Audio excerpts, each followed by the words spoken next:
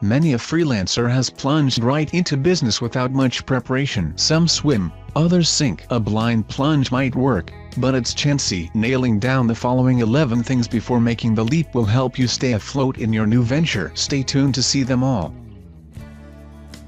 1.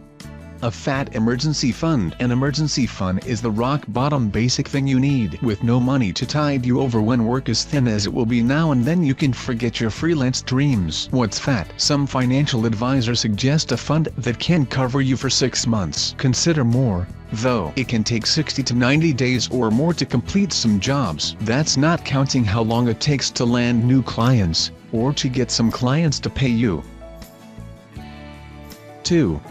Steady nerves. Freelancing is great for all the reasons you'd suspect: flexibility, freedom from office politics, less commuting and more job satisfaction are a few. But the insecurity never stops. One freelancer I know likens the life to Tarzan's. It's great swinging from vine to vine, but awfully scary when you're hanging in midair and can't see the next vine to grab. Be sure you can embrace the uncertainty before leaving a good day job. 3.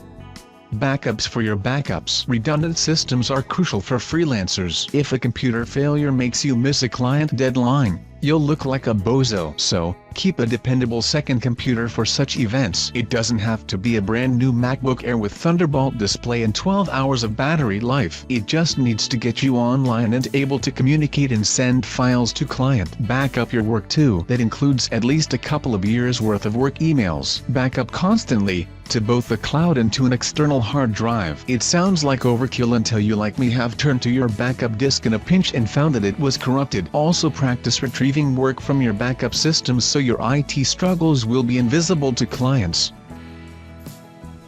4.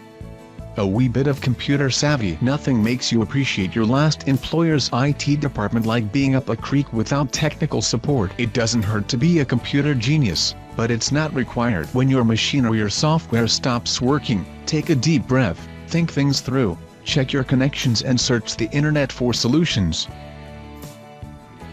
5.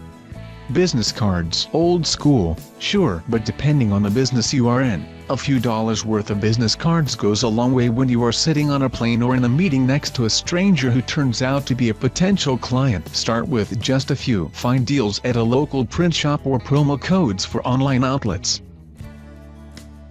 6. Health insurance. If you're walking away from a company-paid health insurance plan, know in detail what will replace your insurance after the COBRA extension of your insurance coverage is up. Know how much the premiums cost, how much they could grow, and how you will pay non-covered medical expenses. 7. An IRA or solo 401k. When you leave the world of automated 401k contributions and employer matches behind, there is a temptation to stop saving for retirement just for a while. Don't go there. Keep saving by funding an individual retirement account, IRA, or a solo 401k plan. 8. A tax advisor who understands freelance life. You'll need a tax advisor experienced at working with freelancers. Even if you're happy doing your own taxes, consider professional help for the first year so you understand the requirements, get the right start with bookkeeping, and have help weighing whether to incorporate. There are plenty of perks to freelancing, but one thing you'll miss is your old employer's contributions toward your Social Security and Medicare taxes. Now that you are both employer and employee, you've got to pay all of it. According to the Internal Revenue Service, the current rate for Social Security is 6.2% for the employer and the employee, for a total of 12.4%. Medicare is 1.45% for the employer and the employee, for a total of 2.9%. You'll probably also miss the tax contributions your old company deducted from your paycheck and sent to the IRS. Now, you must file quarterly tax payments and master the rules for estimating what they should be. An accountant helps here too. 9. A plan for having fun. Many freelancers wear themselves out by neglecting everything but work. Don't fall for it. The more tired you get, the more you spin your wheels. Work discipline includes making and sticking to a plan for getting away from your desk, socializing and regularly exercising. 10. A budget. Dealing with a variable income is one of the biggest challenges of freelancing. Your payments might arrive intermittently with long droughts between, so you'll need a budget structure that helps you plan confidently. A one-person service business may do fine by adopting any of the personal budget products available. Or, do this: calculate the minimum monthly income you can expect, and base your budget on it. Identify all expenses and keep them as predictable as possible. Refrain from spending any excess income. Instead, keep it as a buffer against lean times and surprises. Adjust your budget's monthly income as earnings grow. 11.